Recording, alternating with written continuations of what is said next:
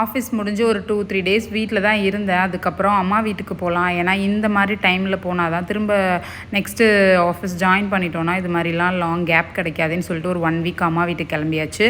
போன அன்றைக்கே பார்த்திங்கன்னா நல்ல மழை ஈவினிங் போல். ஸோ அதெல்லாம் பார்த்துட்டு இருந்தோம் வீட்டில். அதுக்கப்புறம் நெக்ஸ்ட் டே பார்த்திங்கன்னா பலாப்பழம் வந்திருந்தது. ஊருக்கு எப்பயுமே இந்த மாதிரி சீசனில் போனால் பலாப்பழம், நொங்கு இதெல்லாமே ரொம்பவே ஆசையாக வாங்கி சாப்பிடுவோம். பழமும் யாராவது தெரிஞ்சவங்க அந்த மாதிரி கொடுப்பாங்க. அப்படி இல்லைனாலுமே நாங்கள் யார்கிட்டையாவது சொல்லி வச்சு இந்த மாதிரி வாங்கி சாப்பிடுவோம். ஸோ அன்னைக்கு நானும் அப்பாவும் தான் ஃபுல்லாக இந்த தோலெல்லாம் உரித்து பழத்தை எடுத்து வச்சுட்டு இருந்தோம். பசங்களும் அப்பப்போ விளையாண்டுட்டு சாப்பிட்டுட்டு இருந்தாங்க. ரொம்ப சூப்பராக இருந்தது டேஸ்ட்டு. அன்றைக்கி வியாழக்கிழமைன்றதுனால பாபா கோயில் போகலான்னு அம்மா சொன்னாங்க. ஸோ இது எங்கள் ஊர்லேருந்து ஒரு சின்ன கிராமத்தில் தான் இந்த பாபா கோவில் கட்டுறதுக்காக இந்த மாதிரி இனிஷியேட்டிவ் எடுத்து பண்ணிகிட்டு இருந்தாங்க. ஸோ அங்கே போயிட்டு வரலாமேன்னு சொல்லி போயிட்டு வந்தோம்.